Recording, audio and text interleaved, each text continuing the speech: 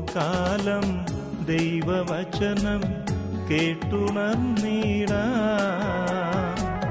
തിന്മ വെടിയ നന്മ നിറയും മനമുയർത്തിടാം. നോമ്പുകാലം ദൈവവചനം കേട്ടുണർന്നിടാം. തിന്മ വെടിയ നന്മ നിറയും മനമുയർത്തിടാം. അനുതാപമോടെ വരുവിൻ, കൃപയാൽ നിറഞ്ഞിടുവിൻ. ജീവദായകമാം സുവിശേഷം നിൻ ജീവനിലേക്കു പകർത്താം.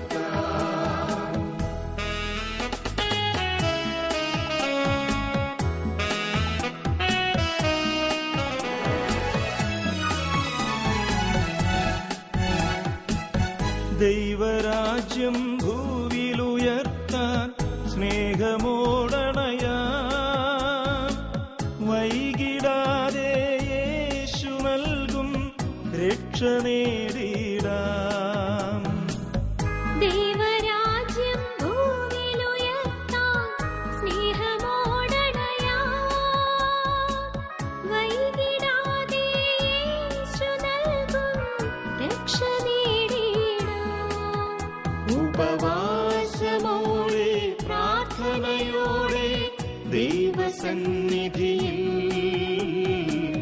ഒന്നു ചേർന്നിടാം.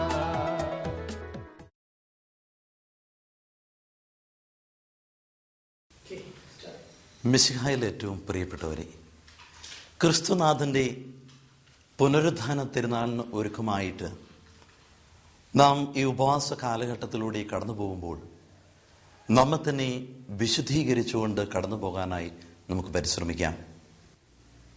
വചനപ്രഘോഷണം ഓരോ ക്രിസ്ത്യാനിയുടെയും കടമയാണ്. പ്രഘോഷണത്തിൻ്റെ ഫലമായിട്ടാണ് സഭ സ്ഥാപിക്കപ്പെടുന്നത്, സഭാ തനയർ രൂപപ്പെടുന്നത്. തന്മൂലം ദൈവവചനത്തെ പ്രഘോഷിക്കുവാനുള്ള കടമ ക്രിസ്തുവിൽ ഒന്നായിരിക്കുന്ന നമുക്ക് എല്ലാവർക്കും ഏറ്റവും ശ്രേഷ്ഠമായിട്ടുള്ള ഒരു ദൗത്യമാണ്. പ്രിയപ്പെട്ടവരെ, വചനപ്രഘോഷണം നമ്മുടെ വാക്കുവഴിയായിട്ടാണ്, നമ്മുടെ പ്രവൃത്തി വഴിയായിട്ടാണ് നമ്മൾ വെളിവാക്കുന്നത്. പ്രവൃത്തി വഴിയായിട്ട് നമ്മൾ ഓരോ കാര്യങ്ങൾ ചെയ്യുമ്പോഴും നമ്മുടെ ഈ പ്രവർത്തനങ്ങളെക്കുറിച്ച് എന്തുകൊണ്ട് ഇത് ചെയ്യുന്നു എന്ന് അറിവില്ലാത്ത ആളുകൾ നമ്മളോട് ചോദിക്കും, എന്തുകൊണ്ട് നിങ്ങൾ ഇപ്രകാരമുള്ള സേവനങ്ങൾ ചെയ്യുന്നു? അപ്പോൾ ക്രിസ്തുവിനെ പ്രഘോഷിക്കുവാൻ വേണ്ടിയിട്ടുള്ള ഒരു അവസരമാണിത്. ഈ ക്രിസ്തുവിനെ നമ്മുടെ ശരീരത്തിലെ ഒരു അവയവമായ നാവാൽ നാം മറ്റുള്ളവർക്ക് പറഞ്ഞു കൊടുക്കുകയാണ്.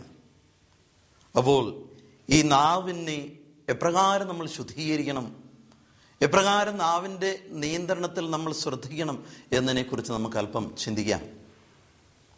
ഒരിക്കൽ ഒരു യഹൂദ പുരോഹിതൻ ദൈവപ്രീതിക്കായിട്ട് ബലിയർപ്പണം നടത്തിക്കൊണ്ടിരിക്കുകയായിരുന്നു. അപ്പോൾ അവിടെയുള്ള രാജാവ് അദ്ദേഹത്തിൻ്റെ പക്കലേക്ക് ആളയച്ചിട്ട് പറഞ്ഞു, ബലിമൃഗത്തിൻ്റെ ഏറ്റവും ശ്രേഷ്ഠവും അതുപോലെ ഏറ്റവും നീചവുമായ അവയവം കൊടുത്തുവിടണം. ഈ പുരോഹിതനാണെങ്കിൽ അദ്ദേഹം ആ ബലിമൃഗത്തിൻ്റെ നാവ് ഒരു ഇലയിൽ പൊതിഞ്ഞ് രാജാവിന് കൊടുത്തുവിട്ടു. ഇത് കണ്ട രാജാവ് തന്നെ ഈ പുരോഹിതൻ അപമാനിച്ചിരിക്കുന്നുവല്ലോ എന്ന് മനസ്സിലോർത്തു. അദ്ദേഹത്തെ എത്രയും പെട്ടെന്ന് വരുത്തുകയും ചെയ്തു. അപ്പോൾ ഈ രാജാവിൻ്റെ മുഖത്തുള്ള അരിശവുമൊക്കെ കണ്ട ഈ പുരോഹിതൻ അദ്ദേഹത്തോട് പറയുകയാണ്, അങ്ങനോട് ആവശ്യപ്പെട്ടത് ഏറ്റവും ശ്രേഷ്ഠവും ഏറ്റവും നീചവുമായിട്ടുള്ള ഒരു അവയവം തരാനല്ലേ? തന്മൂലമാണ് ഞാൻ ഈ നാവിനെ നൽകിയത്. ഇതേ നാവ് തന്നെയാണ് മറ്റുള്ളവരെ സുഖപ്പെടുത്തുന്നതും ഇതേ നാവ് തന്നെയാണ് മറ്റുള്ളവരെ നശിപ്പിക്കുന്നതും എന്ന് അദ്ദേഹം രാജാവിന് പറഞ്ഞ് മനസ്സിലാക്കി കൊടുക്കുകയായിരുന്നു. പ്രിയപ്പെട്ടവരെ, ഈ കഥയിലെ പറയുന്നത് പോലെ നമ്മുടെ ഈ നാവിന് രണ്ട് ധ്രുവങ്ങളുണ്ട്. ഇത് മറ്റുള്ളവരെ സുഖപ്പെടുത്തുവാൻ വേണ്ടിയിട്ട് നമുക്ക് ഉപയോഗിക്കാം, അതുപോലെ തന്നെ മറ്റുള്ളവരെ നശിപ്പിക്കാൻ, അവരെ താഴ്ത്തിക്കെട്ടാൻ വേണ്ടിയിട്ട് നമുക്ക് ഉപയോഗിക്കാം. കബീർദാസ് ഒരിക്കൽ പറഞ്ഞു, നല്ല വചനം അമൃതാകുന്നു, ചീത്ത വചനം വിഷമാകുന്നു. അത് ശരീരത്തിന്റെ എല്ലാ ഭാഗങ്ങളിലും സഞ്ചരിക്കുകയും വ്യക്തിയെ നല്ലതോ ചീത്തയോ ആക്കുകയും ചെയ്യുന്നുവെന്ന് അദ്ദേഹം പറഞ്ഞു. പ്രിയപ്പെട്ടവരെ, ഒരു ക്രിസ്ത്യാനി എന്ന നിലയ്ക്ക് ദൈവം എനിക്ക് നാവ് നൽകിയിരിക്കുന്നത് എന്തിനു വേണ്ടിയിട്ടുള്ളതാണ്? വിശ്വാസത്തെ പ്രഘോഷിക്കുവാൻ വേണ്ടിയിട്ട്. നമുക്കറിയാം, പത്രോസ് കേസറിയ ഫിലിപ്പിയിൽ വെച്ച് നീ ജീവനുള്ള ദൈവത്തിന്റെ പുത്രനായ യേശുവാകുന്നു, ക്രിസ്തുവാകുന്നു എന്ന് പ്രഘോഷിച്ചു. പക്ഷേ നമ്മൾ അതിന്റെ പിന്നീടുള്ള ഭാഗത്ത് വായിക്കുന്നു, ഇതേ പത്രോസ് തന്നെ യേശു തന്റെ ഒന്നാമത്തെ പ്രവചനം നടത്തിയതിന് ശേഷം, സഹനത്തിലേക്കുള്ള പാതയെക്കുറിച്ച് പറഞ്ഞതിന് ശേഷം പത്രോസ് തടസ്സപ്പെടുത്തിക്കൊണ്ട് പറയുകയാണ്, ഇത് നിന്റെ ജീവിതത്തിൽ സംഭവിക്കാതിരിക്കട്ടെ. അപ്പോൾ ഇവിടെ കാണുന്നത് രണ്ടു രീതിയിൽ ഒരേ നാവ് ദൈവത്തെ പ്രഘോഷിക്കുവാൻ, വിശ്വാസത്തെ പ്രഘോഷിക്കാൻ ഉപയോഗിച്ചു. അതോടൊപ്പം തന്നെ സ്വർഗത്തിലേക്കുള്ള മാർഗമായ സഹനത്തിൽ നിന്ന് മാറ്റി നിർത്തുവാൻ കൂടി ഇതേ നാവിനെ തന്നെ ഉപയോഗിച്ചു. പ്രിയപ്പെട്ടവരെ, അപ്പോൾ ഈ നാവ് തന്നെ നമ്മെ പലപ്പോഴും വഞ്ചിക്കാം.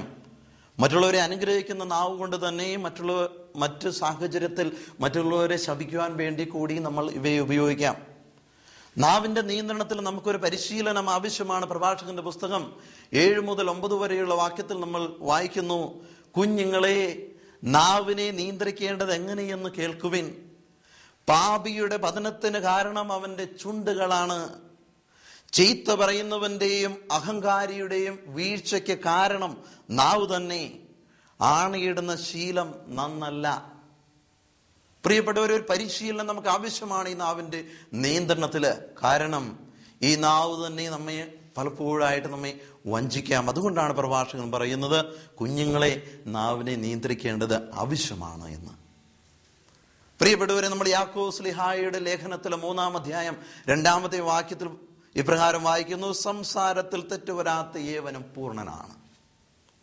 സംസാരത്തിൽ തെറ്റുവരാത്ത ഏവനും പൂർണ്ണനാണ്. നമ്മുടെയൊക്കെ വിളി എന്ന് പറയുന്നത് പൂർണ്ണതയിലേക്കുള്ള വിളിയാണ്.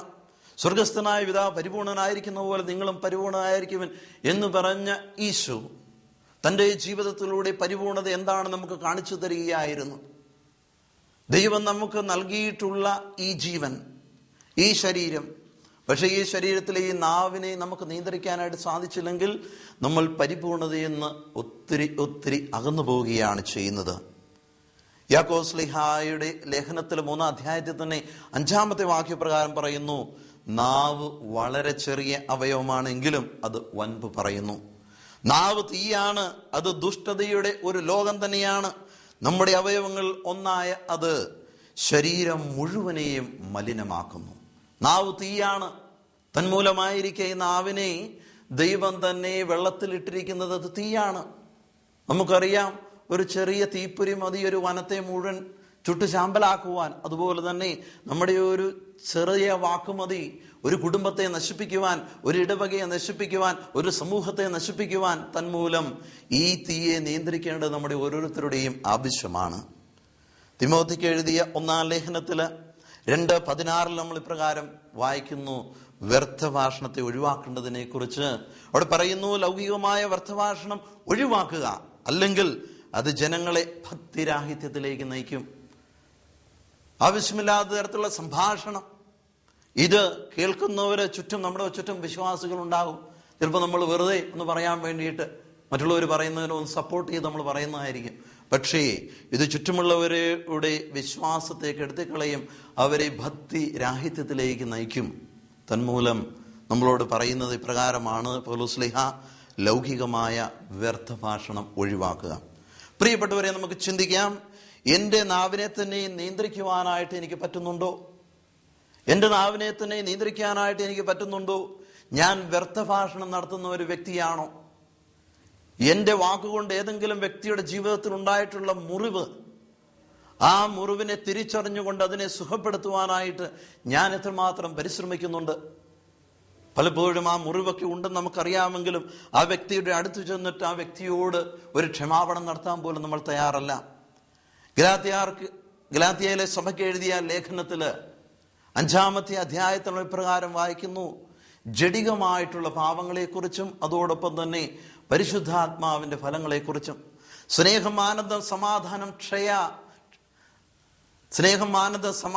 ക്ഷമ, ദയ, നന്മ, വിശ്വസ്തത, ആത്മസംയമനം, ഇങ്ങനെയുള്ള പരിശുദ്ധാത്മാവിന്റെ ഫലങ്ങളെക്കുറിച്ച് നമ്മളോട് പറയുമ്പോൾ നമ്മൾ അതിൽ നിന്ന് പാഠം പഠിക്കേണ്ട ഇപ്രകാരമാണ്: സ്നേഹത്തോടു കൂടിയുള്ള നമ്മുടെ ഭാഷ, സൗമ്യതയോടുകൂടിയുള്ള നമ്മുടെ ഭാഷ, ആത്മനിയന്ത്രണത്തോടു കൂടിയുള്ള നമ്മുടെ ഭാഷ, ക്ഷമയോടുകൂടിയുള്ള നമ്മുടെ ഭാഷ. ഈ വാക്കുകളുമൊക്കെ മറ്റുള്ളവരെ സുഖപ്പെടുത്തുന്നതാണ്. ഈ വാക്കുകൾ എൻ്റെ ഭാഗത്തു നിന്ന് ഉണ്ടാകണേ ദൈവമേ, അതിനു വേണ്ടിയിട്ട് നീ എന്നെ സഹായിക്കണമെന്നൊക്കെ പ്രാർത്ഥിക്കാം. മറ്റുള്ളവരെ പരിഹസിക്കുകയും കളിയാക്കുകയും ചെയ്യുന്ന സ്വഭാവമാണോ എനിക്കുള്ളത്? പരിഹാസരുടെ പീഠങ്ങളിൽ പോയി ഇരിക്കുകയോ അല്ലെങ്കിൽ മറ്റുള്ളവർ പറയുന്നത് കേട്ട് അതിന് ഒരു സപ്പോർട്ട് കൊടുക്കുന്ന ഒരു രീതിയാണോ എനിക്കുള്ളത്? നമ്മളതിനെക്കുറിച്ച് തീർച്ചയായിട്ടും ചിന്തിക്കണം പ്രിയപ്പെട്ടവരെ. നമ്മളോട് സങ്കീർത്തകൻ ഇപ്രകാരമാണ് പറയുന്നത്: പരിഹാസരുടെ പീഠങ്ങളിൽ പോയി ഇരിക്കരുത്, അവിടെ പോയി ഇരിക്കരുത്. പലപ്പോഴും നമ്മൾ അങ്ങനെ മറ്റുള്ളവരെ കുറിച്ച് കുറ്റം പറയുന്നവര്, മറ്റുള്ളവരെ കുറിച്ച് മോശമായിട്ട് പറയുന്നവര്, അവരുടെ പക്കൽ പോയി നമ്മൾ ഇരിക്കാറുണ്ട്, അത് കേൾക്കാറുണ്ട്. പിന്നെ നമ്മൾ നമ്മുടെ മനസ്സ് തോന്നുന്ന ചിന്തകളെയൊക്കെ വാക്കുകളാൽ പ്രകടമാക്കാറുണ്ട്. അപ്പൊ അങ്ങനെയൊക്കെ നമ്മൾ ചെയ്തു കഴിയുമ്പോൾ യഥാർത്ഥത്തിൽ ക്രിസ്തു നമ്മുടെ മുമ്പിലേക്ക് വച്ചിരിക്കുന്ന പരിപൂർണതയിൽ നിന്ന് നമ്മൾ അകലുകയാണ് ചെയ്യുന്നത്. നമ്മൾ വചനത്തിൽ വായിക്കുന്നു, ഹൃദയത്തിന്റെ തികവിൽ നിന്നാണ് അധരം സംസാരിക്കുന്നത്. ഹൃദയത്തിന്റെ തികവിൽ നിന്നാണ് അധരം സംസാരിക്കുന്നത്. എൻ്റെ ഹൃദയത്തിലുള്ളത് എന്താണ്? ഏതെല്ലാം പാപങ്ങളാണ് എന്നിൽ കുമിഞ്ഞുകൂടിയിരിക്കുന്നത്? വിവിധ തരത്തിലുള്ള സാഹചര്യങ്ങളിൽ കൂടി ഞാൻ വളർന്നു വന്നിരിക്കാം. വിവിധ തരത്തിലുള്ള അവസരങ്ങൾ എനിക്കുണ്ടാകാം. പലതരത്തിലുള്ള സ്വാതന്ത്ര്യത്തിലേക്ക് എനിക്ക് പ്രവേശിക്കാം. ഇതൊക്കെ എൻ്റെ ഉള്ളിലുണ്ട്. അപ്പൊ ആ പല സ്വാതന്ത്ര്യത്തെ ഞാൻ ദുരുപയോഗിച്ചതുകൊണ്ട് പലതരത്തിലുള്ള പാപങ്ങൾ എൻ്റെ ഹൃദയത്തിൽ കുമിഞ്ഞുകൂടിയിരിക്കുന്നു. അതിൽ നിന്ന് വരുന്ന ചില വാക്കുകൾ അത് മറ്റുള്ളവരെ വേദനിപ്പിക്കാം, മറ്റുള്ളവരെ നശിപ്പിക്കാം. അതിനാൽ പ്രിയപ്പെട്ടവരെ, നമ്മൾ ദൈവത്തോട് പ്രാർത്ഥിക്കാം. നമുക്ക് പ്രാർത്ഥിക്കാം: ദൈവമേ, എൻ്റെ നാവിനെ നീ ശുദ്ധീകരിക്കണമേ. ദൈവമേ, എൻ്റെ നാവിനെ നീ ശുദ്ധീകരിക്കണമേ. മറ്റുള്ളവരെ വ്രണപ്പെടുത്തുന്ന വാക്കുകൾ എന്നിൽ നിന്ന് ഒരിക്കലും പുറപ്പെടരുതേ. എന്നെ മറ്റുള്ളവർ അകാരണമായി കുറ്റപ്പെടുത്തുമ്പോൾ, എന്നെ മറ്റുള്ളവർ അകാരണമായി വിമർശിക്കുമ്പോൾ, യേശുവേ, നിന്നെ പോലെ നിശബ്ദനായി അവയെല്ലാം സഹിച്ചുകൊണ്ട് മനസ്സിൽ ദൈവത്തെ സ്തുതിച്ചുകൊണ്ട് ഇവയ്ക്കെല്ലാം പ്രതി സർവശക്തനായ ദൈവത്തിന് നന്ദി പറഞ്ഞുകൊണ്ട് കടന്നു പോകാൻ എന്നെ സഹായിക്കണമേ. ഇപ്രകാരമുള്ള ഒരു പ്രാർത്ഥനയുമായി നമുക്ക് കടന്നു പോകാം. സർവശക്തനായ ദൈവം നമ്മെ സമൃദ്ധമായി അനുഗ്രഹിക്കട്ടെ. പിതാവിന്റെയും പുത്രന്റെയും പരിശുദ്ധാത്മാവിന്റെയും നാമത്തിൽ ആമേൻ. നോമ്പുകാലം ദൈവവചനം കേട്ടുണർന്നിടാ, തിന്മ വെടിയ നന്മ നിറയും മനമുയർത്തിടാ. അനുതാപമോടെ വരുവിൻ, കൃപയാൽ നിറഞ്ഞിടുവിൻ. ജീവനായകമാം സുവിശേഷം നിൻ ജീവനിലേക്കു പകർത്താം.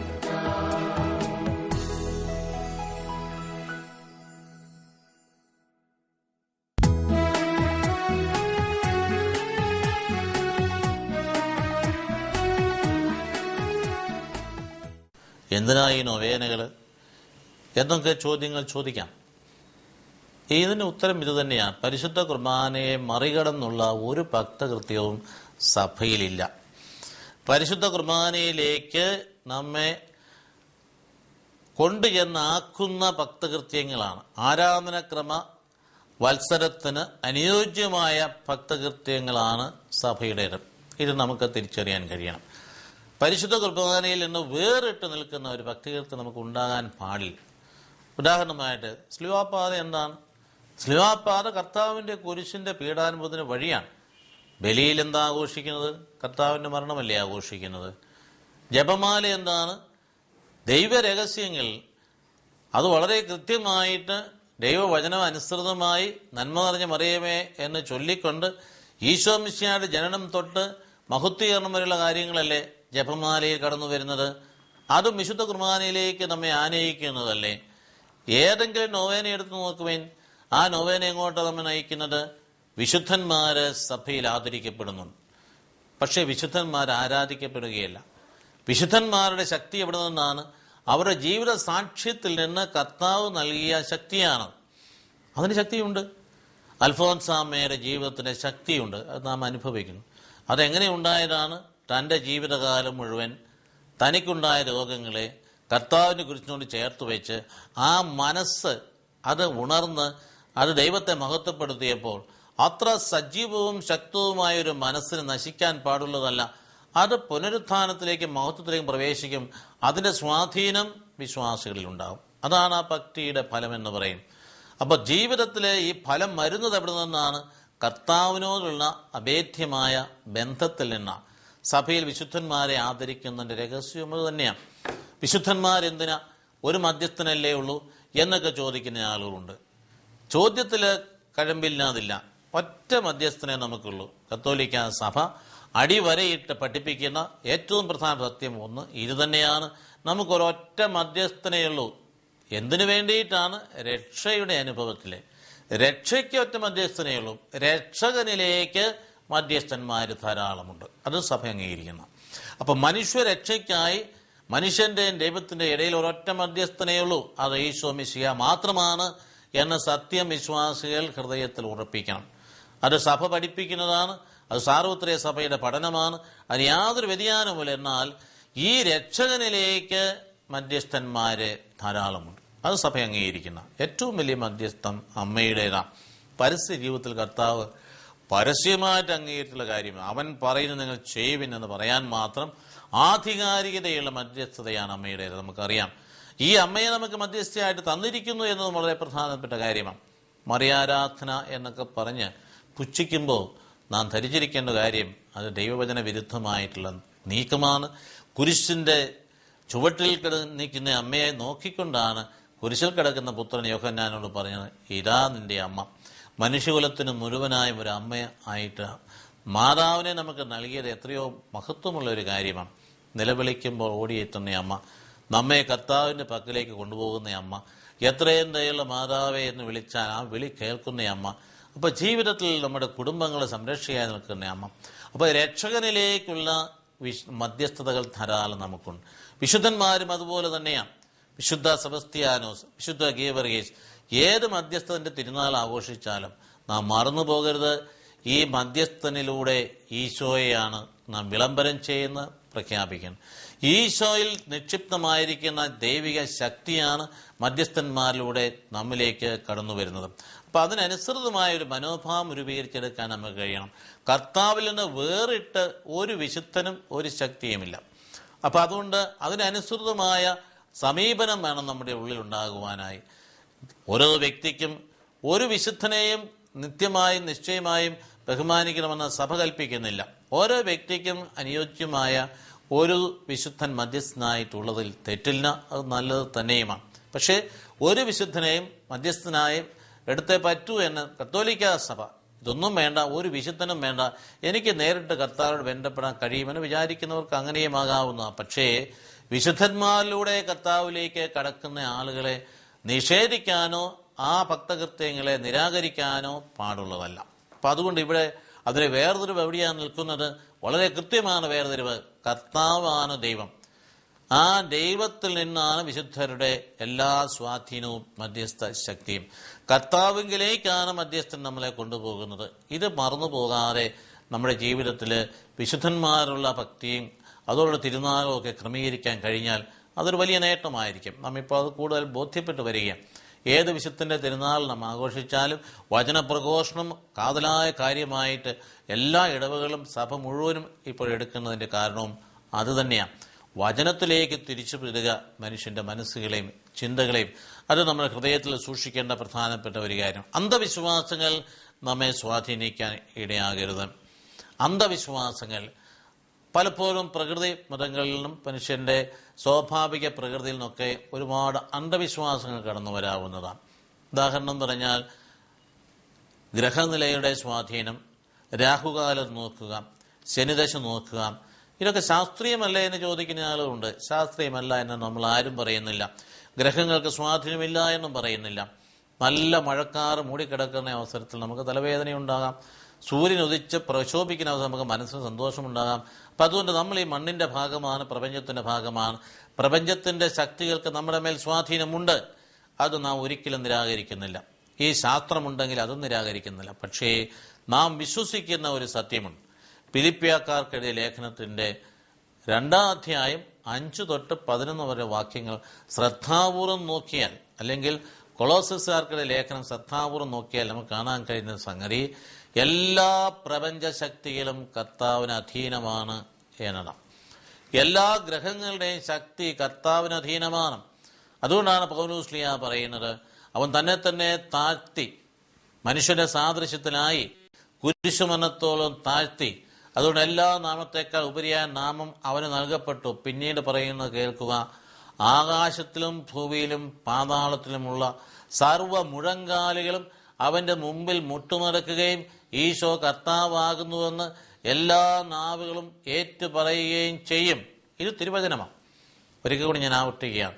ആകാശത്തിലും ഭൂമിയിലും പാതാളത്തിലുമുള്ള സർവ്വ മുഴങ്കാലുകളും അവന്റെ മുമ്പിൽ മുട്ടുമടക്കും എന്ന് പറഞ്ഞ എന്താ അർത്ഥം?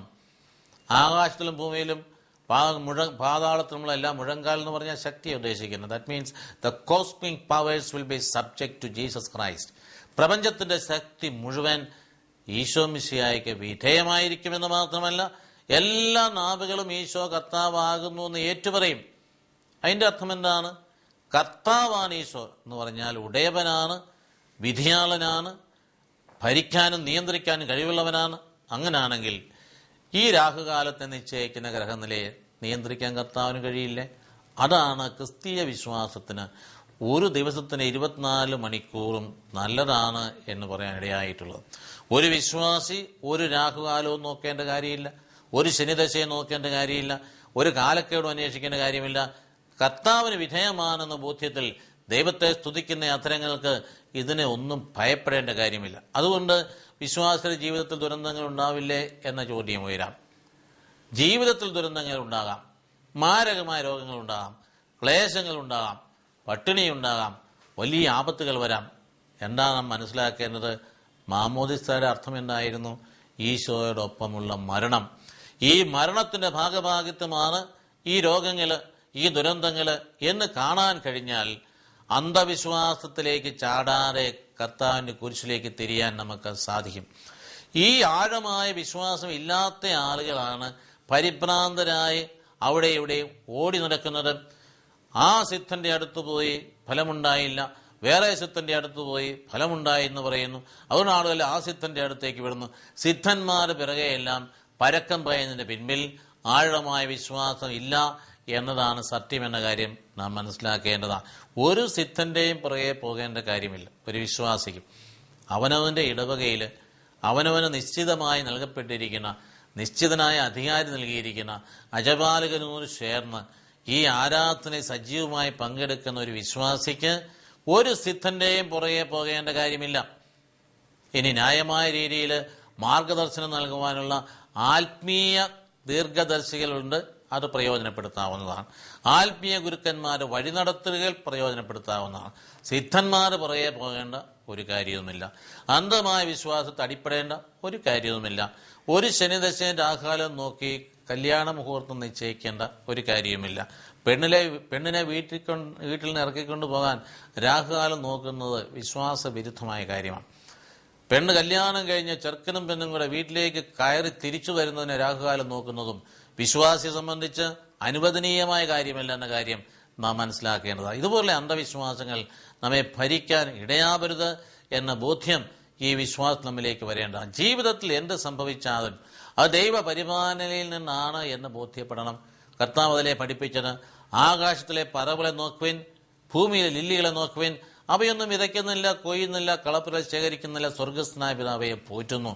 അല്പവിശ്വാസികളെ, നിങ്ങളെ ഇത്ര അധികമായിട്ട് അണിയിക്കുകയില്ലേ എന്ന് ചോദിക്കുന്ന കർത്താവിനെയാണ് താൻ ജീവിതത്തിൽ തെളിഞ്ഞ് കാണേണ്ടത്. അതുകൊണ്ട് ദൈവ പരിപാലനയിൽ അടിയുറച്ച് വിശ്വസിച്ച് ജീവിതത്തിലുണ്ടാകുന്ന ഏത് നിഷേധാത്മകമായ അനുഭവത്തെയും 2 കൈ നീട്ടി സ്വീകരിക്കാനും, വേദനിക്കുമ്പോൾ കുരിശിനെ കെട്ടിപ്പിടിക്കാനും, കുരിശിനോട് ചേർന്ന് നിൽക്കാനും, കർത്താവിനോടൊപ്പം മരിക്കാനും സന്നദ്ധമാകുന്ന വിശ്വാസം നമ്മെ ഭരിക്കാൻ ഇടയാകട്ടെ.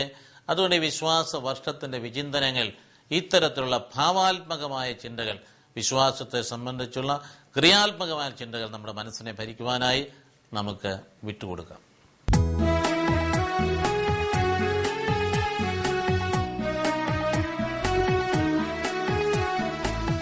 നോമ്പുകാലം ദൈവവചനം കേട്ടുണർന്നിടാം.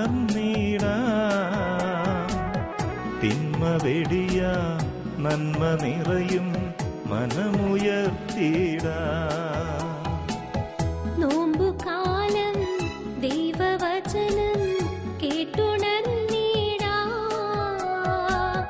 തിന്മ വെടിയ നന്മ നിറയും മനമുയർത്തിടാം.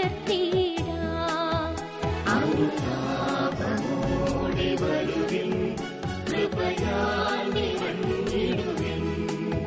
ജീവനായകമാം സുവിശേഷം നിൻ ജീവനിലേക്കു പകർത്താം.